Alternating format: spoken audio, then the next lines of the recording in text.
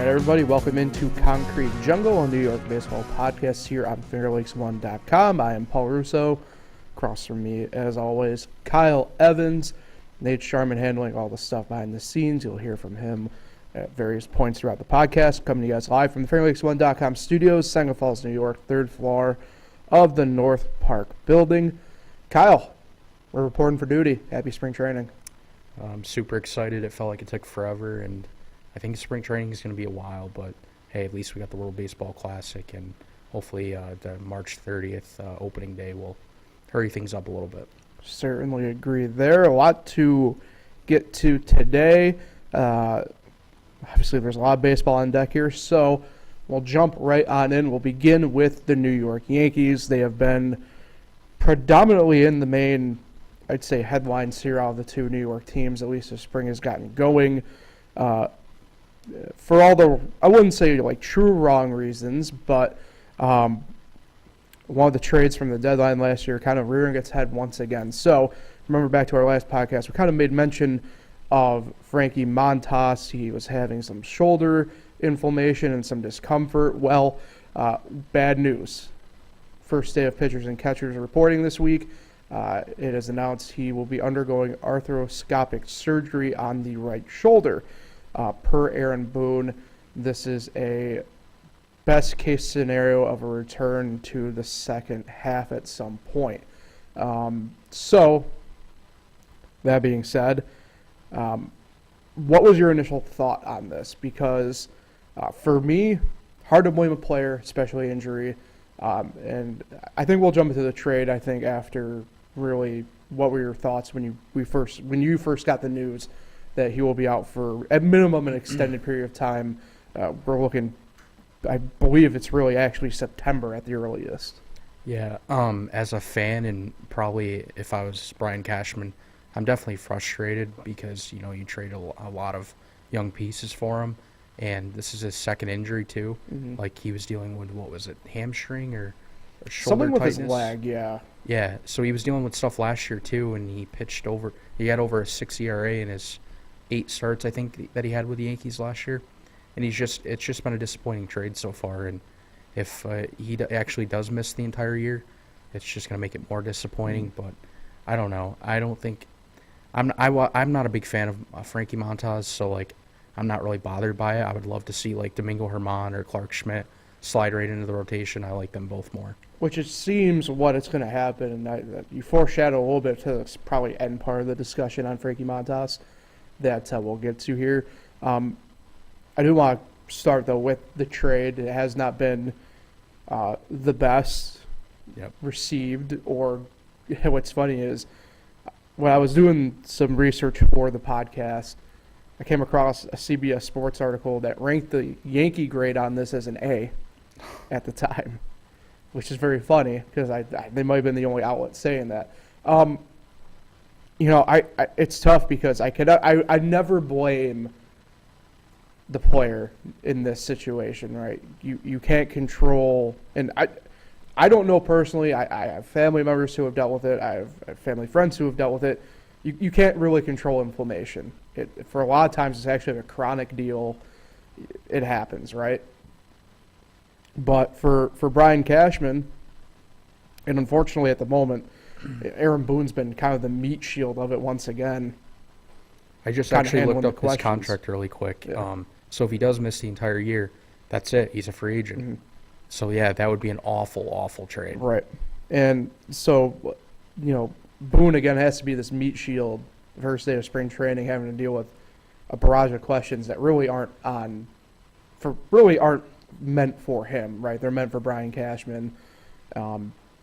Which I'm sure he will speak, though. Is this going to be Cashman's, like, not like albatross in the good way, right? I mean, this is going to be bad. I saw one comparison here, and I know I'm speaking for a certain generation of Yankee fans here that, Kyle, you were too young really to remember this, what the name. I know you're going to recognize it because you're a baseball guy. Yep. But when Brian Cashman went out and got Carl Pavano, we thought was the greatest thing in the world. And this has all the workings of being Carl Pavano 2.0. Or Carl Pavano, in all honesty, it might be worse than Carl Pavano because at least Pavano went out there and you got some decent things out of him when he was out there. Yeah, I guess for me, I could kind of relate to Jacoby Ellsbury. Right. Obviously, he was an outfielder, but it's kind of the same thing. Like, they signed him to a big contract, and it seemed like every single year he was missing time or hurt. And I think this is like another case of it. Like, there's just trades that Cashman makes, and they just don't work out for him, and it sucks that this keeps happening to him. And this is a tough spot too because I mean technically the off season's over. There are some free agents still kind of limbering out there. I mean, we saw the Padres, for instance, sign Cole Hamels to a minor league deal yesterday. Yep. But I know you alluded to it, and I'm kind of with you. I don't think there are many options you can really go out and do a free agent signing for. I don't think, personally, I'd rather not do a trade at the moment only because I think the guys that you want in a trade are going to be at spring training kind of trying to win jobs, to be quite honest with you. Yep. So you mentioned Herman, you mentioned Clark Schmidt. A name that we're going to talk about in a couple of minutes. I also want to bring up Michael King was a starter for a while in the minor leagues, so he's another name I think could kind of linger. Another name further down the road that won't be ready for opening day, but might be ready come, say, June would be a Louis Heel. And imagine if Davey Garcia wasn't like Right. a big bust. Right. So I'm assuming they go in-house, right? I mean, I don't see a way that they go out of the system on this one. But I do think if he does miss the entire year, I think they'll be very active at the trade deadline, just to tighten up that rotation. Obviously, you got your first half of the rotation is very strong, and even your fourth guy is strong. But like you just never know with more injuries down the road. So maybe at the deadline they do go out and be aggressive and add another arm or something. Yeah. No, I agree there. All right, let's transition. One of the biggest offseason headlines, obviously, was Aaron Judge re-signing, biggest contract in Yankee history and baseball history. But something interesting was picked up literally the first day of spring training with pitchers and catchers reporting it out. At this point, we still call it pitchers and catchers reporting, but pretty much everybody reports that day. Aaron Judge taking reps at first base in Tampa. It's an interesting thing that I've kind of thought about throughout the years, and it's something that I didn't necessarily assume with Judge off the bat. If anything, I kind of thought about with Giancarlo Stanton when we first traded for him back in the day. But I do find it interesting. There's no position change imminent or anything like that for Judge, but I think a lot of this might be kind of a way to obviously save his body. I don't think we'll see him play first this year, or at least if we do, it won't be in a 4-3, 4-2 game or something like that by any means. But what did you make of it? Because when the pictures and videos kind of surfaced of it, because it was out on what we technically call backfield where this was kind of happening, it definitely took some people aback, I'd say. Yeah, I like the idea.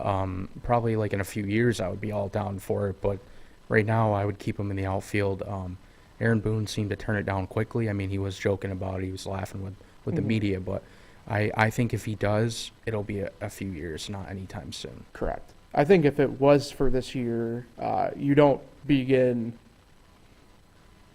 February 15th or 14th or 13th, whatever it was, right?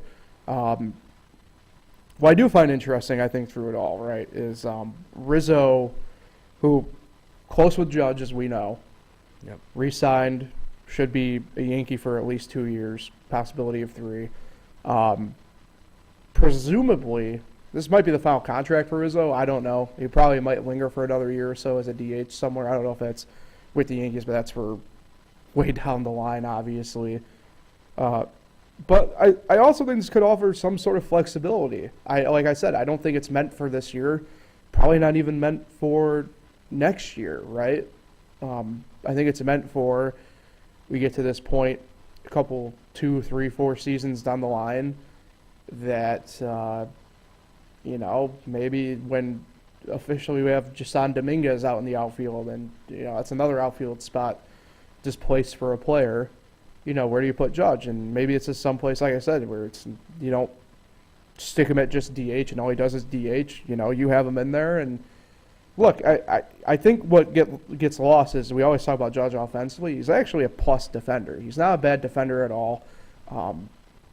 Especially for his size. Yeah, like I said, I found it interesting. I don't, like I said, I don't see this imminent. I do like it though that, hey, let's get some reps in here a little bit while we have a couple minutes. And it's probably something that, he clearly, you look at the pictures that he's smiling, he's having a good time doing it. He's not looking as if he's having a miserable time over there at the very least, right? Or if he is, he sure is putting on a great face to show that he's enjoying his time at the corner. Yeah, I definitely would like to see it though. I guess we shouldn't rule it out because I guess you never know, and if an emergency situation comes up in the year and like multiple guys get hurt in a game, which doesn't necessarily happen, especially for position players. But I guess we could, if there was an emergency, we could see him. Maybe that would be the first guy they would go to. Yeah, I was going to say, who would be that emergency guy? Because remember a few years, well, I shouldn't say a few years ago, it's been a while. Remember Brian Mitchell, the pitcher, actually played first base for an inning. Right. He dropped a pop-up in foul territory. Yeah. That'll happen. That makes me think of that moment. What was that, like maybe 2013 or is no, too far back? Probably 16 or 17.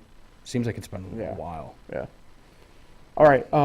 It's funny you mentioned emergency services and players and stuff like that. DJ LeMahieu, a name that has popped up continuously, obviously, with the Yankees as being the quote-unquote rover, but perhaps more importantly at this point, himself and then pitchers Michael King and Ron Marinaccio talk about the maybe bad side of health, big positive side of health. They're all still on track per Aaron Boone to be ready for opening day.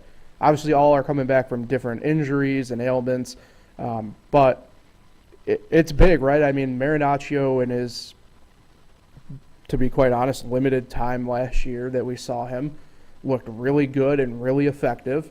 We know what Michael King can do, and obviously DJ's a beyond important piece positionally at this point, both in the field and offensively. Yeah, that's great news. Marinaccio really was helping that bullpen be much better in the middle of the year before he got hurt, and then adding Tommy Kahnle to that bullpen. If Clay Holmes kind of bounces back and returns to his old self like he was in the first half of the year, I think the bullpen's going to be better than what people expect. Mm-hmm. And then a guy like Greg Weisser, if he's continues to pitch well, I think the bullpen's underrated right now. I think they're going to be probably top 10 bullpen. I was about to say, I don't know, are they underrated? A lot of people are. If you look on Twitter, a lot of Yankee fans are saying the bullpen's weak. Really? Ryan Cashman should have done more. Yeah, that's a thing on there. Huh. Because a lot of people aren't high on Clay Holmes after his struggles last year. You know how Yankee fans are. And obviously they don't know what they're going to get from Tommy Kahnle because they're saying that he left last year with an injury, remember, in the postseason. So they don't know how he's going to bounce back. If you look on Twitter, there's a lot of people complaining about it. So it's interesting. We'll see. But I think it's going to be better than what people are saying. No, I thought they were better last year too than I think kind of met the eye. I mean, I remember at one point last year, even myself on this podcast, I was bashing like Wandy Peralta, and Wandy was one of the best relievers that we had. Yep. And I don't know, maybe it's the inherent bias of seeing them as often as we do, and it's amazing how many people don't know like Tommy Kahnle. Like, oh, he's just another scrub. Oh, he's this and that. Like, how do you not know like how good he is and his numbers and his career and what he did for the Yankees? Remember that run? What was it, in 2017 when they were one game short? Yeah. Like, he was a big part of that bullpen. So I don't know why people are saying that, but I mean, it's what fans do. They complain all the time. I don't get it. Plus, we know what Johnny Lasagna is now for sure. Yep. And that's a positive. Yep. I mean, part of me hopes that they kind of get Zach Britton back in some way, but I don't know if that relationship's repairable at this point. I kind of feel like he's going out to L.A. I saw that Dodgers are interested. I feel like he'll go out there. But, like, outside of that, like, I don't know how they could really improve at this point. You know what I mean? Like, I don't know. I think people are kind of crazy. So, I don't know. Let's transition, and much like going from the Bronx to Queens, we're heading from Tampa to Jupiter on the other side of Florida for the New York Mets. It's been primarily quiet in Metland to start, which is a positive, but a lot of talk has come around Pete Alonso. Mentioned that him and the Mets in our last podcast able to come in agreement in arbitration, so that way they didn't have to go to a grievance hearing. And I thought that was a bit of an olive branch type of move on both sides here, but it appears as though no forward progress has exactly been made. as Pete Alonso and the Mets extension talks remain to be fully seen. And Alonso has been quoted this spring as saying that he loves being a Met, but when pressed really on the issue of the extension, respectfully declined to comment further when asked. So, the question is, one, and I don't think this really makes a difference in spring, but I have to ask, does it make a difference this early in spring training and then going through the spring training? And secondly, where I think this really becomes a potential issue is what impact do we see that as the season gets going? Yeah, for me, I think no doubt an extension gets done. I think that's kind of why he didn't want to talk about it. If I'm a Met fan, I'm 100% confident, honestly, that they get something done. Just because it's Steve Cohen, he's a madman. He spends like crazy, and I mean, look at what he's done for this organization over the last several years. He's been their leader. He's been one of their best players year after year. I think it's kind of like the Judge thing, but I don't think it plays out till the off season. I do think we get like an extension soon, and I think he gets locked up for several years. And here's my prediction too. I think he'll remain a Met for the rest of his career. Yeah, I would imagine he does. I mean, he is at least internally, right, the last, I'd say the Moby Dick to Steve Cohen's Captain Ahab at this point. I think, like I said, I go back to this. I think coming into the spring, I mean, obviously a month ago when they agreed to what he'll be paid this year, they avoid the grievance hearing and arbitration. They do both, in my mind, extend an olive branch out to each other. I think that's a positive. I think, and I know the article I saw this from and the reporting I saw this from was from Anthony DeCombo, and he's great, one of the better reporters really in baseball, in my opinion, kind of following from team to team type deal, and like he does with the Mets. Yep. One, he's doing his job, and two, I normally don't like the whole entire like no comment type thing, depending upon the situation. I think this early in spring, I definitely understand why Alonso respectfully was answering the questions, but wouldn't go into further detail, obviously, about what he probably wants, right? I mean, I'm imagining that's a part of this, right? You don't want to give the person you're going to be negotiating with any more ground than you can give them. But two, right? I mean, like, he is, I wouldn't say by all accounts, but to me, he's kind of at least the face of the Mets in a way, right? I mean, I think you could make the case maybe Scherzer or something like that because of this little veteran collectively there. But I mean, Pete Alonso to me is the face of the Mets. And look, if you're the Mets this year, right, you're coming in with a lot of momentum as is anyway from this offseason, right? Big signings, big momentum, big, in all honesty, good vibes. When was the last time really, I guess last offseason going into last year you could do it as well, but when was the last time the Mets had this type of vibe around them?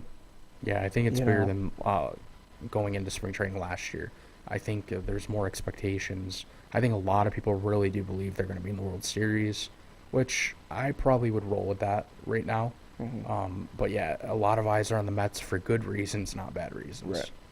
Right. I mean, that's the thing, right? I mean, I don't think he wants to rock the boat. I mean, like he was joking with Jeff McNeil first day of camp. They have it on camera that like, well, Jeff, you're the one paying for the meals now. So it's I like I said, I don't think he really wants to rock the boat or anything like that. Yeah. Let's transition over, and I mentioned, right, I mean, there hasn't been a ton about the Mets going on, but which is a good thing. And Buck Showalter, who obviously baseball guy, we know about him. I don't know what fully brought it up, but there's been a lot of talk generally sports-wide right now about rookie hazing and hazing in general, and Buck took a very unique stance on it. His quote, "That's so stupid. Oh, it was done to me. Well, it was stupid when they did it to you," Showalter said. "I never understood the rookie hazing BS. Come on, man. The guy's got your uniform on. He's trying to help you. Why don't you make his path a little easier? It's like when people say they did it to me. Well, it was stupid then, wasn't it? I've never been a big hazing fan." So to me, it's interesting because you don't see a lot of major influential coaches or people of his stature in the positions they're in really kind of make outright stances like this. Not to say it's still old boy type, boys club type thing there, but he made a pretty big mark on that. I agree with him. I'm being honest. I do agree. I've never understood the whole entire forcing the rookie to pay a $500,000 dinner bill. Like, that's just dumb. Or anything, obviously, like physical, mental, sexual that we see what's still going on, right? I mean, I mentioned it, right? I mean, look at New Mexico State's men's basketball team in college. Really had to shut the program down for the year because of it. So I think it's big. I think it's huge. I think it will go far. Do you think having a guy like Buck kind of have a stance like this, is this kind of like one of those final nails in the coffin, hopefully, on kind of ending, the really at least the worst part of rookie hazing as we really look at it? Yeah, I mean, I agree with what he said, but like you, I don't understand why that came up. Is that something that's happening in camp with the Mets right now or Right. something? I wonder. But as for him speaking out, I think that was good. He's one of the most well-respected managers around the league. I don't know necessarily if it goes away after he says this. I think it might take a few more highly respected people around the league to do it. But his comments were well said, and I just don't know why he brought it up, and I'm interested to figure that out. Who would be the other managers to you, if you could rattle off like two or three, if they kind of came out and said something? A guy that would really make things maybe like Dave Roberts. Okay. Just trying to think of guys that get a lot I of think attention. I think Dusty. Dusty, yep. I don't know. I don't think anyone really take Tony La Russa serious anymore. Well, if he's not even managing. Yeah, he's anymore. not managing anymore. But even if he did, I don't think anyone would take him seriously Mhm. anymore after his other comments. But I think I don't know, Dusty- just guys that are like popular in big markets around the league. Kind of. I- That's why I said Dave Roberts, because LA is a big Mm. market. I think Dusty. I think a guy like Terry Francona. Yep. And Francona hasn't outright said anything like this, but he's alluded to it before, that he's never been. He doesn't like the hardcore stuff. I wonder if it's like, I don't know. You probably could find some younger managers that would agree with Buck, but it seems like the guys that we just mentioned are older. Do you think it's just like an older school thing? I don't agree with it, but I'm just saying it seems like we're naming guys that are more older that have been around the league forever. Right. Like, do you think like a Well, younger, I mean, a younger manager I think, would agree? like with I it? mentioned, a lot of like that physical and mental hazing, you don't see much of anymore, if at all, outside of, like the handful of situations that we kind of see every now and then. We still see, like, I remember the one that gets publicized a lot is, I know last year was the Rockies, but I know in Chicago, across from Wrigley Field, there's a Starbucks. And so usually opposing teams will send their rookies out and go on a coffee run across the street in full uniform and it's usually peppered by fans at that point and stuff like that. I don't have a problem maybe necessarily with stuff like that still. Yeah. Because, I think most clubs usually give the guys the money to go. They just kind of force them to go out into the public like that and, like, kind of deal with it. I have a problem, like, usually, like I said, like, football's where you see a lot with, like, that $500,000 thing. And I know that's probably across the board, but, football's the one where it always just kind of sticks out to me because their rookie scale is not great for guys outside of the first round. But it's interesting. On the younger side, I would definitely say probably a Boone. Boone would probably be a guy.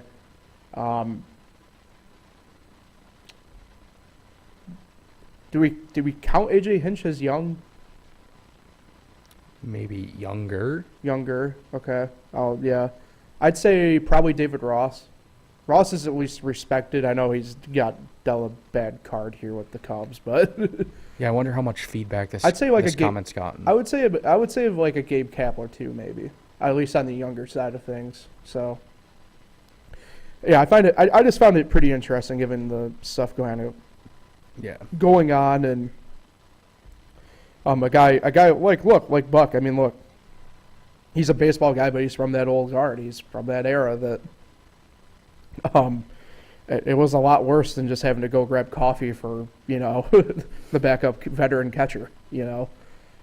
So good on him. I will say this, good on him. I think it's like I said, I think it's a net positive more than anything else. All right, let's head to the minor leagues here locally, Rochester and Syracuse. We have, like I said, with spring training going on, we officially have coaching staffs and on-field staffs announced. First, though, do want to begin by saying that Frontier Field is officially no more. Signage was up this past week. It is now, as announced, Innovative Field. Not a fan, but It hurts my soul. I guess we'll get used to it. It hurts my soul more than I think anybody could know. Frontier Field's all I know. Yeah. Here's the thing. I don't want to be, it's going to be the very boomerish way in me, but I still know people from the generations before myself who call it Silver Stadium still, which was before Frontier Field. But, yeah, I mean, it's whatever. To me, I wouldn't say it's a non-issue. It's funny seeing the way some people kind of are freaking out about it, myself included. I'm not going to act like I wasn't freaking out about it by any means, but Innovative Field just does not. Does it give you the vibe of baseball? It doesn't give me the vibe of baseball. But it's all about business, and that's why they went ahead and did it. Right. And I think a lot of people are still going to call it Frontier Field. Right. I mean, that's just a habit. Just kind of like Syracuse with the Carrier Dome. Mm. I don't know if The a JMA lot of Dome. people say that now. Do a lot of people say JM? I usually Dome? just called it the dome anyway, to be quite honest. Yeah.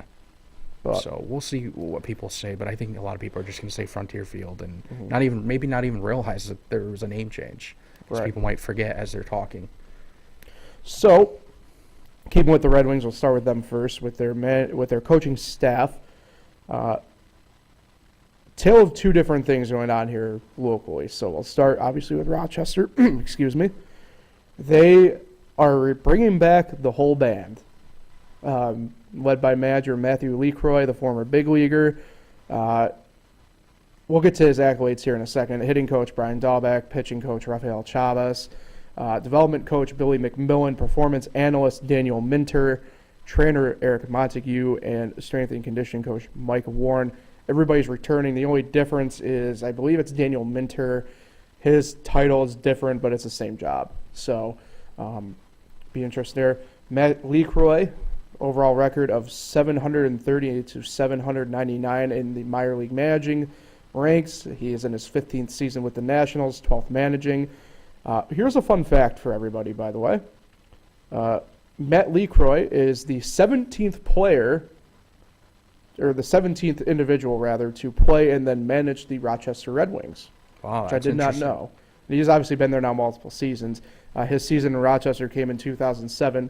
Wasn't great offensively. His slash line was 194, 281, and 279. But at the time was the primary handler of a bunch of young prospects at the time. That would include Brian Dunsing, Kevin Slowly, Glenn Perkins, but Matt Garza as well. So What a guy. it's pretty interesting there. What this tells me is I think Washington expects probably a lot, maybe not a lot, but a good majority of the same team they had last year. I think they want to run it back, kind of see what is actually there. Because you got to remember, they came out of the gates hot. They had a beyond rough June, and at that point played 500 ball after that. But, I mean, the June kind of set the tone for the rest of the year and what they were doing. Injuries got in the way, but they had a lot of good players end up coming up. Like I said, they ended up playing 500 ball, but they were in a lot of games. It was a good, talented team. And I think by bringing back everybody, they kind of saw maybe, like, record doesn't exactly say what was really there. Yeah, if you take away that 19-game losing streak that they had, which I still can't believe they had, they probably would have been a playoff team. I shouldn't say probably. I think They they would've. definitely would have been a playoff I team. mean, they were leading the International League East literally the day before that 19-game losing streak started.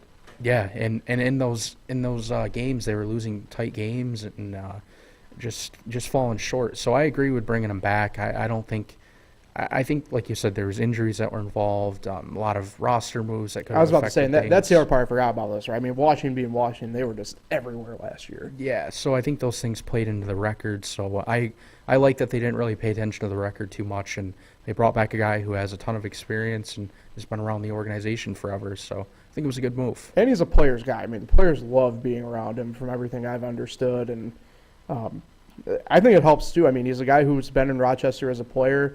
I think that's big. I mean, you got a guy who knows at least some of the area. I think that's big for younger guys that look maybe need some help somewhere.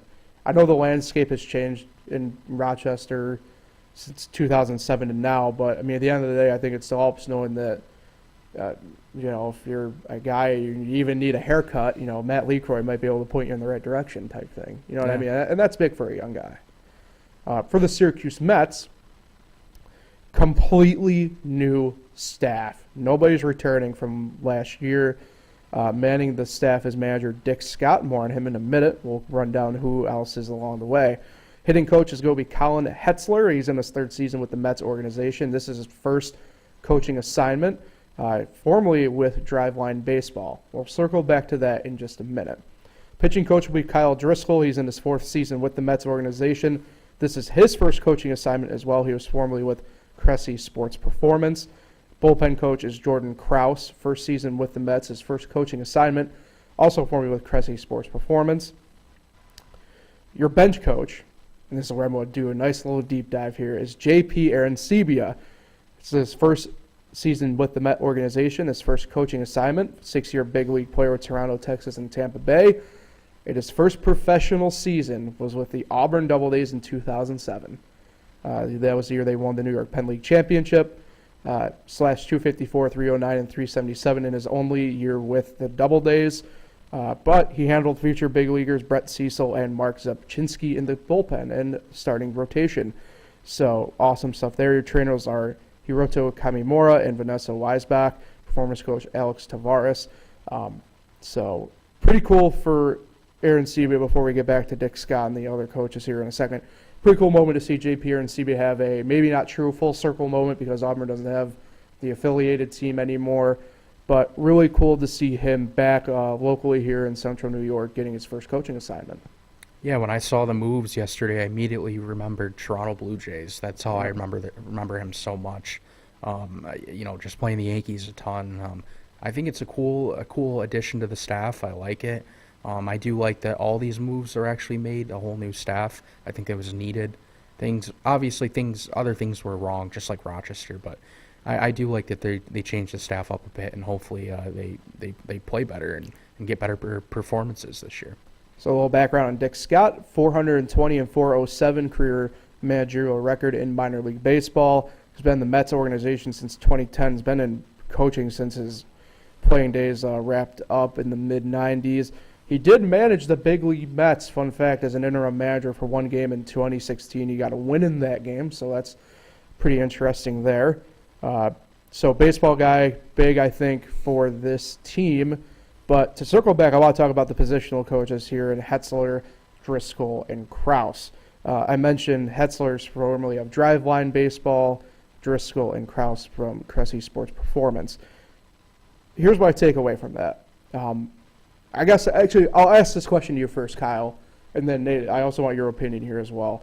Have either of you heard of Driveline Baseball or Cressy Sports Performance before? I have heard both, Okay. and Cressy Sports, doesn't the Yankees do something with that, or am I thinking something different? Yeah, a little bit. Like an off-season program? Yeah, a little bit, yeah. Yeah, but I don't really know too much about Driveline Baseball, but I've heard of it. Okay. Nate, have you heard about them at all? Or No. okay. Driveline is effectively the batting version of Cressy. Cressy focuses a lot on pitching, from my understanding anyway. Driveline does a lot on the hitting side of things. It's not, I don't want to say it's full-blown analytically driven, but it's very much so numbers-driven stuff. So I find it interesting that behind Dick Scott, a seasoned minor league manager clearly, behind him, a bunch of young coaches and they've all done, outside of Jordan Krause, the bullpen coach, Driscoll and Hetzler have been in the Mets organization. They've worked down at St. Lucie doing positional work and work down there within the minor league camps and stuff like that. I find it very interesting that behind Dick Scott, is a bunch of young guys who have worked with young guys before who look at baseball completely differently. And I think that's big for a Syracuse Met team that I'm imagining is going to have more turnover this upcoming season, roster-wise, from last season than we did with, say, Rochester. And I think you're going to see guys come to the team that have worked with Colin Hetzler and Kyle Driscoll before, that they know what they're going to do, they know how they're going to need to improve, and they know what they expect out of them.